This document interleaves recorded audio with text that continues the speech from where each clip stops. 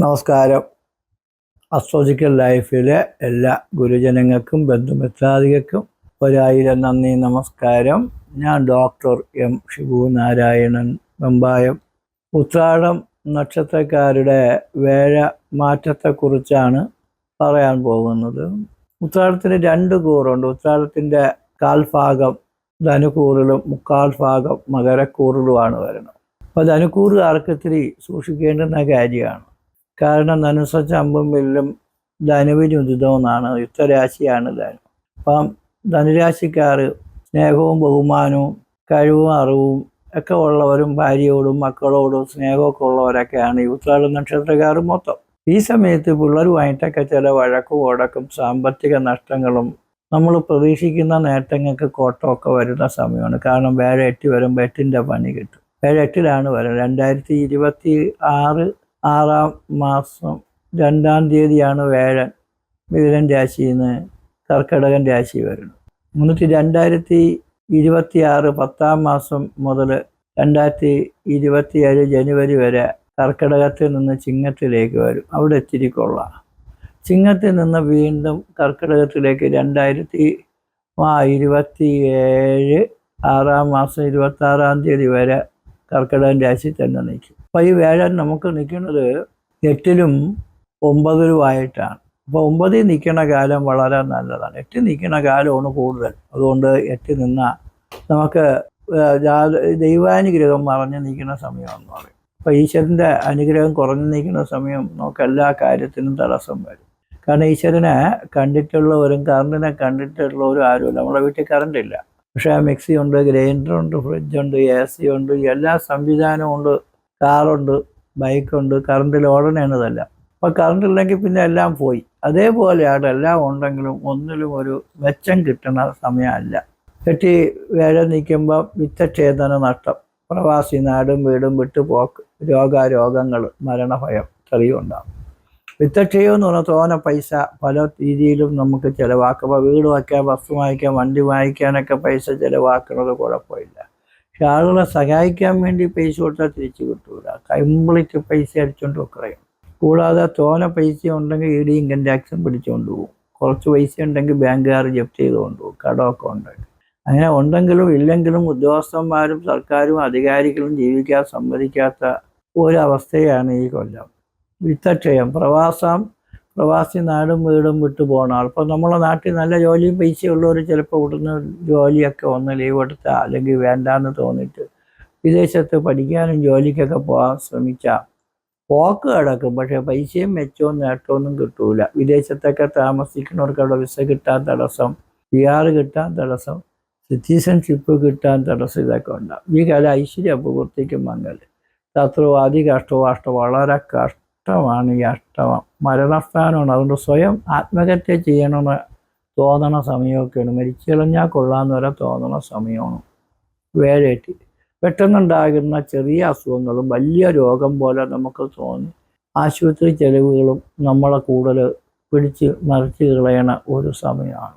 വേഴനെന്ന് പറയുന്ന ഗ്രഹം ബുദ്ധിയും പുത്രരും സ്നേഹദേഹം അർത്ഥം ഗുരുത്വവും സുഖവും മന്ത്രത്വം നയവും വസയും ഗുരു എന്നാണ്. ബുദ്ധിയുടെ ആളാണ് വേഴൻ.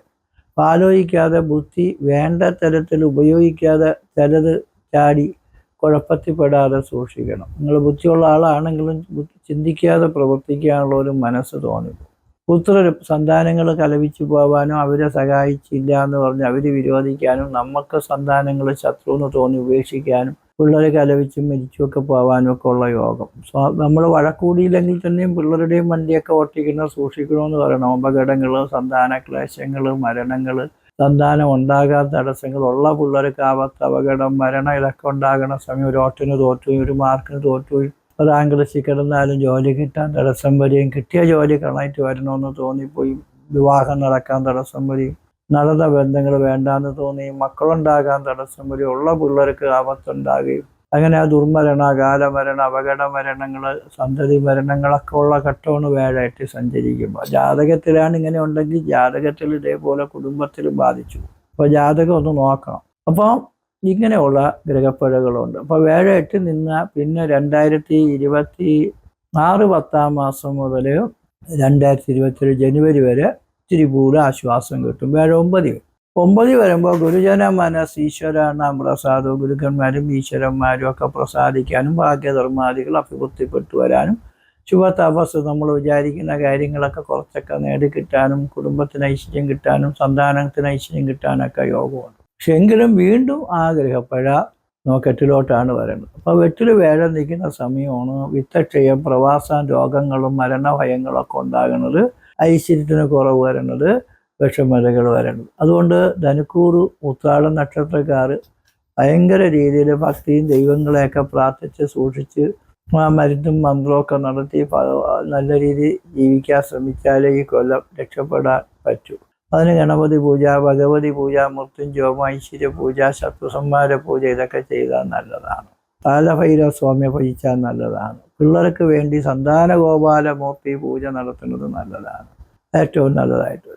മകരക്കൂറുകാർക്ക് വ്യാഴം 7-ലാണ് വരുന്നത്, 7-ലും 8-ലുമായിട്ട്. അപ്പോൾ 7-ലാണ് ഭൂരിഭാഗം സമയവും വ്യാഴ 7 സഞ്ചരിക്കുമ്പോൾ കൊള്ളാം. ഇതൊക്കെയാണ് ഗുരു ശുക്ര കേന്ദ്ര കൈവാ സുഖിതാക സത്രാതുരോ വാര്യ. എത്ര വലിയ രോഗിയായിട്ട് കിടക്കണാലും സുഖിയായിട്ട് ഭവിക്കും. എന്നാൽ രോഗമില്ലാത്തവരെല്ലാവരും സുഖിക്കണം എന്ന് പറയണ്ടേ? അപ്പോൾ രോഗമുള്ള ഒരു രോഗി അയച്ചു കിടക്കാൻ പറ്റാത്ത ഒരാൾ സുഖിയായിട്ട് ഭവിക്കും. നല്ല ജോലി, അധികാരവും പൈസയൊക്കെ കിട്ടും, സുഖവും സന്തോഷവും ഒക്കെ അനുഭവിച്ച് ജീവിക്കാൻ പറ്റും, നല്ലത് വരും.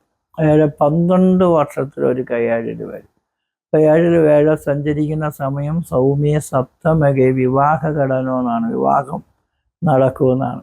നടന്ന ബന്ധങ്ങൾ വേണ്ടാന്ന് പറയണവർക്ക് സ്നേഹിച്ച് ജീവിക്കാൻ ആഗ്രഹം തോന്നി സ്നേഹിച്ച് ജീവിക്കാൻ യോഗമുള്ള സമയം.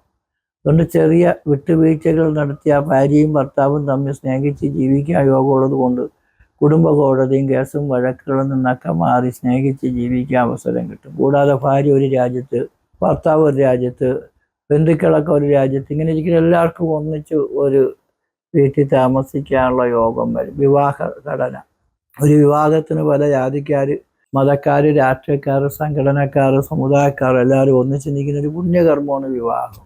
അതുകൊണ്ട് നിങ്ങൾക്ക് പല ജാതിക്കാരും മതക്കാരും രാഷ്ട്രീയക്കാരും സംഘടനക്കാരും സമുദായക്കാരൊക്കെ സഹായിക്കാൻ മനസ്സ് തോന്നുന്ന സമയം. എല്ലാവരുടെയും പ്രീതി സഹകരണങ്ങളൊക്കെ കിട്ടും, അഭിമാനം അന്തസ്സും ഒക്കെ കിട്ടും. നഷ്ടപ്പെട്ടു പോയ ജോലി, പൈസ, അധികാരം, സാഹചര്യങ്ങളൊക്കെ നമുക്ക് നേടിക്കിട്ടും. പണമൊക്കെ കിട്ടും. വിദേശയാനം, വിദേശത്ത് പോകുന്നവർക്ക് പോവാം, അതിനുള്ള യോഗവും പൈസയൊക്കെ കിട്ടും. അധികം സിയാൽ ഫലം, അധികമായ ഫലം, വിദ്യയും ഉദ്യോഗവും വിവാഹവും സാമ്പത്തിക നേട്ടങ്ങളും മത്സരങ്ങളിലും പരീക്ഷകളിലും ഉയർച്ചയും ജീവിത നേട്ടങ്ങളും ഒക്കെ കിട്ടുന്ന സമയമാണ് വ്യാഴഗ്രഹം 7 വരെ. 7-ന് പിന്നെ 8-ലോട്ട് വരുന്നുണ്ട്. അപ്പോൾ ആ ഒരു മാസങ്ങളിൽ 10-ാം മാസം നമുക്ക് 2027 6-ാം മാസം മുതൽ വേഴൻ നമുക്ക് 7 നിൽക്കണ്.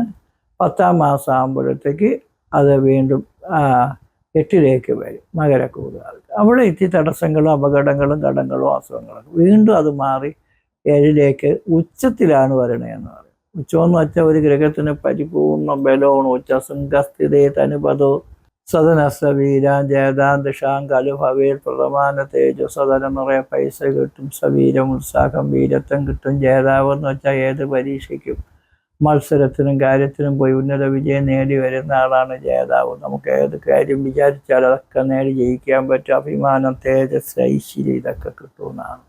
ഭയങ്കര ഭാഗ്യം കിട്ടും. വേറെ ഒരു ലക്ഷണമുണ്ട്. സ്വസ്ഥസ്ഥിതേ ദേവഗുരു ഭൃഗൂർവ ചന്ദ്രേണ യുക്ത യതി ലഗ്നസംസ്ഥ പ്രീതിംബദേ ദേവജനാൻ സമസ്താൻ പക്ഷേണ ലാഭശ ചതുഷ്പദാനം. സ്വച്ഛസ്ഥിതി, എന്ന് വെച്ചാൽ സ്വക്ഷേത്രം, ഉച്ചം ഉച്ചരാശിയിലോ ദേവഗുരുവായ വേഴനോ ഭൃഗു ശുക്രനോ നിൽക്കുകയും ചന്ദ്രേണ യുക്ത ചന്ദ്രനുമായിട്ടോ ലഗ്നാധിപനായിട്ടോ ഒരു ബന്ധം വരികയും, ചന്ദ്രൻ രാശി നിൽക്കണം നമ്മൾ മകരക്കൂറുകാർക്ക് ചന്ദ്രനുമായിട്ടൊരു ബന്ധം വരും. എന്നാൽ ഏത് ലഗ്നസംസ്ഥ ലഗ്നാധിപനായിട്ട് ബന്ധം വരികയും ചെയ്താൽ പ്രീതിയും അതേ പ്രീതി ഉണ്ടെന്ന് പറയണം. ആരെ പ്രീതി? ദേവജന സമസ്ത ദേവന്മാരുടെയും സമസ്ത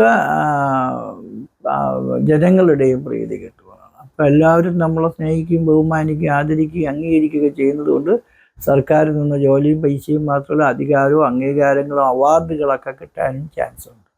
രാഷ്ട്രീയക്കാർ, കലാകാരന്മാർ, അതേപോലെ ബിസിനസ്സുകാർ, ഏത് മേഖലയിൽ പ്രവർത്തിച്ചാലും അവരുടെ ജീവിതത്തിൽ അവർ ഒരു സീറോയിൽ നിന്നും ഹീറോ ആവാനും, ഹീറോയിൽ നിന്നും സ്റ്റാർ ആവാനും, സ്റ്റാറിൽ നിന്നും സൂപ്പർ സ്റ്റാർ ആവാനും ഒക്കെ ചാൻസ് ഉള്ള സാധനം.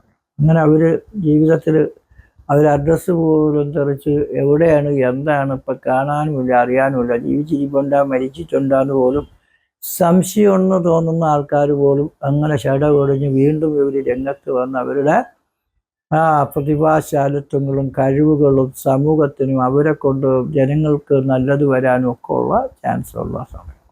അപ്പം അതുകൊണ്ട് നമ്മൾ എന്ത് ചെയ്യണം? ഭഗവാനെ ഭജിച്ചു പോകണം. വേറെ ആര് നിൽക്കുമ്പോൾ വിവാഹ സൗഖ്യം, കുടുംബ സൗഖ്യമൊക്കെ കിട്ടും, പൈസ കിട്ടും, ഭാഗ്യം കിട്ടും.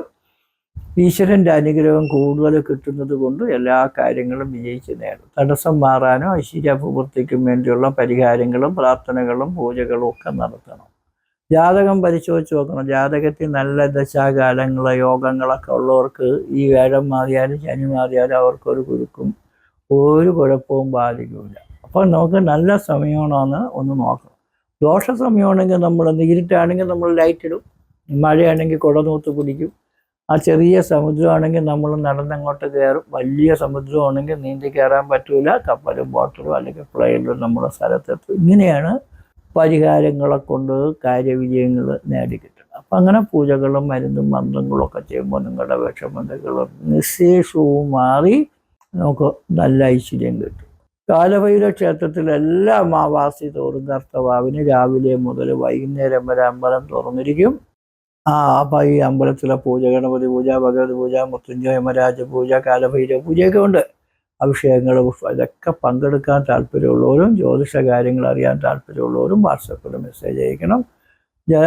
ജാതകം പരിശോധിക്കാൻ ജനനത്തീയതി, ജനിച്ച സമയം, ജനിച്ച ജില്ല, പേര്, നക്ഷത്രം, ഫീസ് ഇതൊക്കെ അയച്ചു തരേണ്ടതുണ്ട്. എല്ലാവർക്കും പത്മനാഭസ്വാമിയുടെയും കാലഭൈരവ സ്വാമിയുടെയും അനുഗ്രഹങ്ങളും കടാക്ഷങ്ങളും കൊണ്ട് നിങ്ങളുടെ ദോഷങ്ങൾക്ക് ശമനം കിട്ടി. നിങ്ങൾക്കും പിള്ളേർക്കും കുടുംബത്തിനും ഭാര്യയ്ക്കും ഭർത്താവിനും എല്ലാവർക്കും നല്ലത് വരട്ടെ എന്ന് പ്രാർത്ഥിച്ചുകൊണ്ട് നിർത്തുന്നു. നന്ദി, നമസ്കാരം.